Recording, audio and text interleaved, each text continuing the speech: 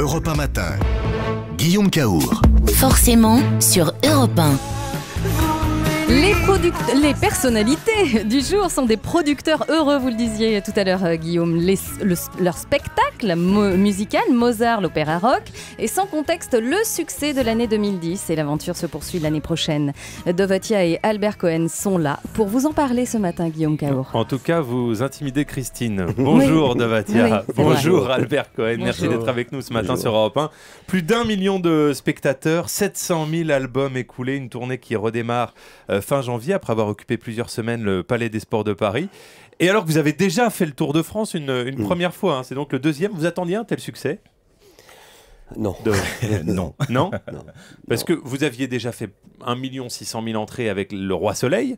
Là, on est à 1 million. Ouais. Pourquoi vous n'arriveriez pas à autant à un tel score? Parce que le triomphe, c'est quelque chose de magique que personne ne le secret. Et ça se contrôle pas. Nous, on a eu la chance, on va dire, en touche du bois, parce qu'on a démarré avec les 10 commandements. Ouais. Qui a été, c'est À le chaque fois, vous premier- montez crescendo. Ouais. Que Dieu vous entende pour le prochain. Là, vous pensez pouvoir dépasser le Roi Soleil? En tous les cas, Albert vous le dira, dans le monde certainement, parce que Mozart, contrairement aux 10 commandements et aux autres, on l'a vendu dans le monde entier. C'est la première fois. On va parler de cette expansion internationale de Mozart, l'opéra rock. D'abord, l'actualité du jour, c'est aujourd'hui, au Palais des Sports à Paris, vous tournez en 3D Mozart, l'opéra rock. Pourquoi en 3D? On le verra où après en 3D? On le verra dans des salles de cinéma numériques avec un son Dolby 5.1, c'est-à-dire le maximum de ce qu'offre la technique aujourd'hui. En France? En France et dans le monde. Et c'est une première mondiale. En fait, on n'y est pas pour grand-chose. Non. On nous l'a proposé. Ouais. C'est un Coréen, c'est ça? Oui, c'est le plus grand opérateur de téléphonie mobile en Corée et même en Asie, SK Telecom, pour ne pas les nommer, qui nous a approchés tout simplement en nous déclarant avoir sélectionné notre spectacle parmi tous les spectacles à l'affiche dans le monde. Donc c'est plutôt flatteur. Et ils ont décidé de faire cette captation en 3D parce que les contenus 3D aujourd'hui intéressent les opérateurs de téléphonie mobile, mais pas seulement. Donc on va regarder Mozart, l'opéra rock en Corée du Sud sur les téléphones portables?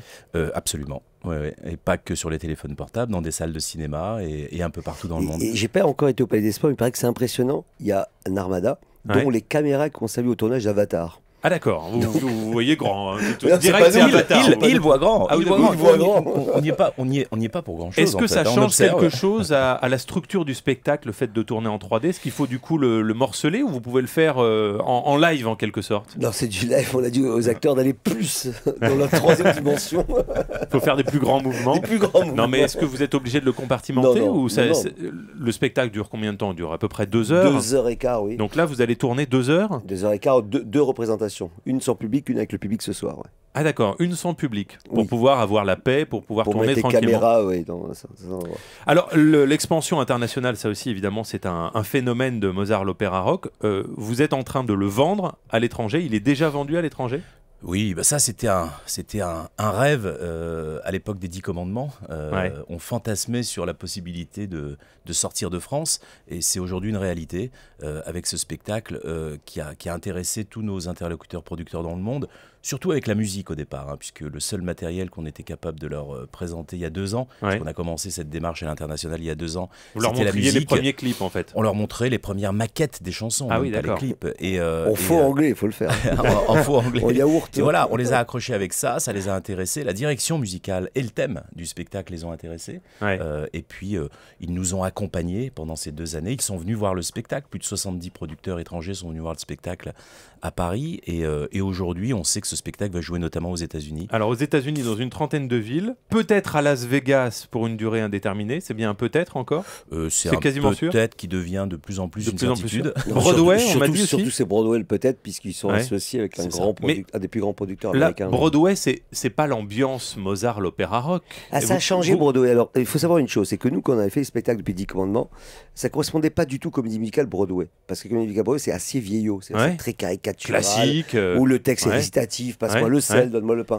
Et quand nous on a commencé à faire du pop, les Américains nous ont regardé un peu comme des extraterrestres. Mais ce qui s'est passé ces dernières années, c'est que la comédie musicale change à Broadway, devient de plus en plus moderne, avec comme nous des chansons pop qui sont dans le texte, c'est plus dans la métaphore que dans le récitatif, et avec beaucoup plus rythmé. Donc ça veut dire qu'on se rejoint, on commence à se rejoindre. Alors outre les États-Unis, il y a le Canada, l'Australie, Nouvelle-Zélande, Japon, Corée, avec à chaque fois des adaptations dans des langues locales. Vous n'avez pas peur de perdre la maîtrise et l'essence de votre comédie musicale? Moi, je veux dire, comme un petit enfant, moi, rien que de savoir que ça peut jouer en Australie ou à Broadway, ça me suffit.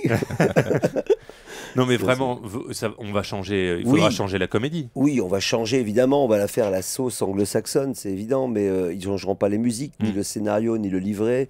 Voilà. Et puis l'idée de Mozart l'Opéra Rock, on a été critiqué, décrié en France en disant comment on touche à Mozart. Eux, les Allemands, Autrichiens, pays où est né Mozart, ont trouvé l'idée excellente. Alors qu'en France, on nous a accusés d'avoir touché au mythe Mozart. Alors que les Autrichiens ont dit bravo, vous faites renaître le mythe Mozart pour les gamins qui vont découvrir le compositeur. Dovatia Albert Cohen, deuxième tournée en France, on l'a dit, tournée en 3D, la tournée dans le monde. Vous êtes des hommes riches aujourd'hui, vous l'étiez déjà, mais vous l'êtes encore plus. Riches non, parce qu'il faut savoir que ce sont des spectacles très chers, on est obligé de prendre des financiers. Un producteur, c'est pas quelqu'un qui met l'argent, un producteur, c'est un chef d'orchestre qui va chercher des financiers. Donc vous n'êtes pas riche. On gagne bien notre vie avec Mozart, oui, on l'a gagné un peu moins avec d'autres choses moins heureuses, mais non, riches, ce sont les financiers. Oui. Bon, c'est un succès, on l'a dit, et pourtant... vos chanteurs, on ne peut pas dire que ce soit devenu des stars comme ça avait été le cas avec Notre-Dame de Paris, on a vu émerger des gens comme Garou, Lense Gara, Patrick Fiori, d'autres. Là, c'est pas trop le cas. Pourquoi? C'est un peu notre volonté. C'est-à-dire qu'on voulait que ça soit une troupe, que la star soit le spectacle et non pas les individus. Ils ont suffisamment de talent pour faire des carrières individuelles. Le moment viendra. Après? Oui. Vous en ferez des stars après? Mais pour l'instant, la star, c'est le spectacle. Mozart, l'opéra rock, Albert Cohen, quand vous faites le tour de France, les vrais puristes de la musique classique, ça doit leur arracher les cheveux, non, quand même? Pas systématiquement, non. Mais ça arrive. Parfois. Parfois. Les plus virulents ont été ceux qui ne sont pas spécialisés de la musique classique. Les spécialistes de la musique classique ont été ceux qui ont apprécié le plus, en disant bravo, vous faites découvrir ça aux adolescents, aux enfants. Aux adolescents, aux enfants, et à toute une population de spectateurs qui vient voir Mozart au Palais des Sports ou dans une autre salle en province et qui n'ont jamais mis les pieds dans un auditorium de musique classique. Ces gens entendent de la musique classique interprétée sur scène et en live. Plus de 50% de la musique, souvent pour la et de la première musique fois. de Mozart dans le texte. Pour la grande majorité de ceux qui nous écoutent et donc qui n'ont pas vu Mozart l'Opéra Rock, parce que certes c'est un succès, mais c'est 1 million de personnes pour l'instant. Quel rapport avec Mozart? C'est très simple. Mozart l'Opéra Rock, raconte l'histoire d'un homme. Qu'est-ce qui a fait que Wolfgang Amadeus Mozart est devenu le grand compositeur? Donc on fait ce qu'on raconte avec de la comédie sous forme théâtrale, musicale, théâtre musical. C'est ses relations avec son père, ses amours, la vie, les événements dans la vie qui ont fait qu'il est devenu cet homme. Donc ça rejoint un petit peu le deuxième acte, on est très proche d'Amadeus de Milos Forman. Voilà, qui raconte cet homme qui était extravagant, qui était impertinent, parfois à la limite de la vulgarité, et dès qu'il se mettait à composer, il devenait un génie, l'homme profond, incroyable, béni par les cieux. Et Tatoue-moi, ça c'était le premier tube, hein, c'est ça? Vous l'écoutez avec un brin de nostalgie encore, celui-là? Pas encore de la nostalgie, mais vous y êtes tous les soirs avec des beaux souvenirs. Vous y êtes tous les soirs au spectacle? Quasiment, oui. Au Palais des Sports, exactement. Vous savez, un spectacle comme Mozart, c'est... vous ne pouvez plus le voir en peinture? Non, c'est à chaque fois un plaisir, mais c'est 150 personnes en live, donc en direct. Faut leur mettre la pression, quoi. Non, c'est une surveillance permanente obligatoire, donc on y est quasiment tout le temps. Ouais. Moi j'ai un bonheur, c'est pas une punition. Moi j'ai un bonheur, c'est la fin du spectacle, quand je vois les gens à la fin, voilà, les enfants, parce que c'est un spectacle très familial, il y a beaucoup d'enfants. Et quand on voit les enfants heureux, les parents heureux, c'est une satisfaction sur 3 ans très très durs de préparation du spectacle. Dovatia Albert Cohen, les producteurs heureux donc de Mozart l'Opéra Rock qui en a encore sous le pied, on l'a bien compris, y compris à échelle internationale. Merci beaucoup d'être venu ce matin sur Europe 1 et à bientôt. Merci.